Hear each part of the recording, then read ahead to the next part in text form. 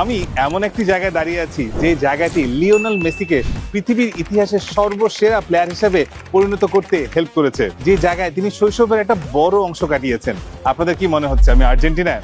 আমি আর্জেন্টিনাতে না, আমি এখন দাঁড়িয়ে আছি স্পেনের বার্সেলোনাতে, এবং আমার পিছনে আছে ক্যাম্প নু স্টেডিয়াম, যেটি ইউরোপের সবচেয়ে বড় স্টেডিয়াম। আপনার নিশ্চয়ই অবাক লাগতে পারে মেসি ছোটবেলা আর্জেন্টিনায় না কাটিয়ে স্পেনে কি করছিল। মেসি কিন্তু ছোটবেলা থেকে গ্রোথ হরমোন ডেফিসিয়েন্সি নামে একটা বিরল রোগে ভুগছিল। এই অসুখের জন্য তাকে প্রতিদিন একটা করে ইনজেকশন দিতে হতো, এবং এই ইনজেকশনটা এত বেশি ব্যয়বহুল যে আর্জেন্টিনার কোনো ক্লাব এত খরচ বহন করতে পারতো না। তখন বার্সেলোনার ফুটবল ক্লাব ম্যানেজার কার্লেস মেসিকে সব খরচ দিবেন বলে আর্জেন্টিনা থেকে বার্সেলোনায় নিয়ে আসেন। তখন মেসির বয়স ছিল মাত্র 13 বছর। এই 13 বছরে তিনি মেসির খেলা দেখে এতটাই মুগ্ধ হয়েছিলেন যে তৎক্ষণাৎ তিনি চুক্তিবদ্ধ করে নেন। মজার ব্যাপার কি জানেন, তখনকার সেই চুক্তিটি কিসে হয়েছিল?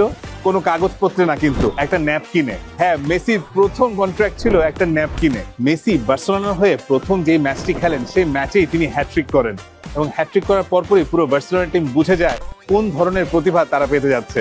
ছোটবেলায় তিনি যখন প্রথম বার্সেলোনা জয়েন করেছিলেন তখন তিনি কিন্তু খুব লাজুক স্বভাবের ছিলেন, তিনি কারোর সাথেই কথা বলতেন না, কিন্তু তারপরও সবার প্রিয় পাত্র হয়েই থাকতেন। বার্সেলোনায় তার বন্ধু বা সহকর্মীরা তার ফোনের পাসওয়ার্ড কি রেখেছিল জানেন? Goat, greatest of all time. একটা মজার ব্যাপার কি জানেন, আর্জেন্টিনার ব্রাজিলের সবসময় তো একটা দ্বন্দ্ব চলতেই থাকে, কিন্তু মেসির প্রথম গোলের প্রথম অ্যাসিস্টটা কে করেছিল জানেন?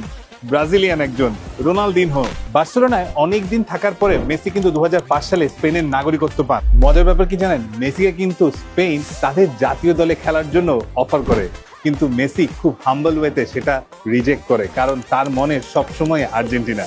আমি যে স্টেডিয়ামটিতে দাঁড়িয়ে আছি এখন, ন্যু ক্যাম্প স্টেডিয়াম, এটি কিন্তু মেসির জন্য একটি খুব উল্লেখযোগ্য জায়গা।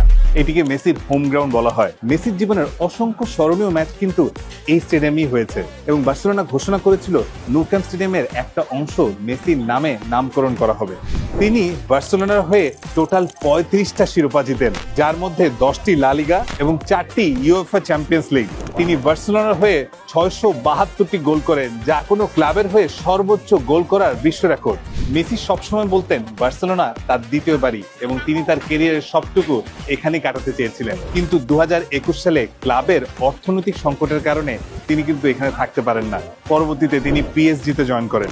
এখানে মিউজিয়ামের ভিতরে মেসির সকল অর্জনগুলোকে খুব সুন্দর করে সাজিয়ে রেখেছে।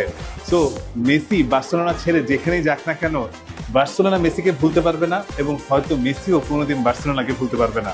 আজকের মতো এখান থেকেই বিদায়।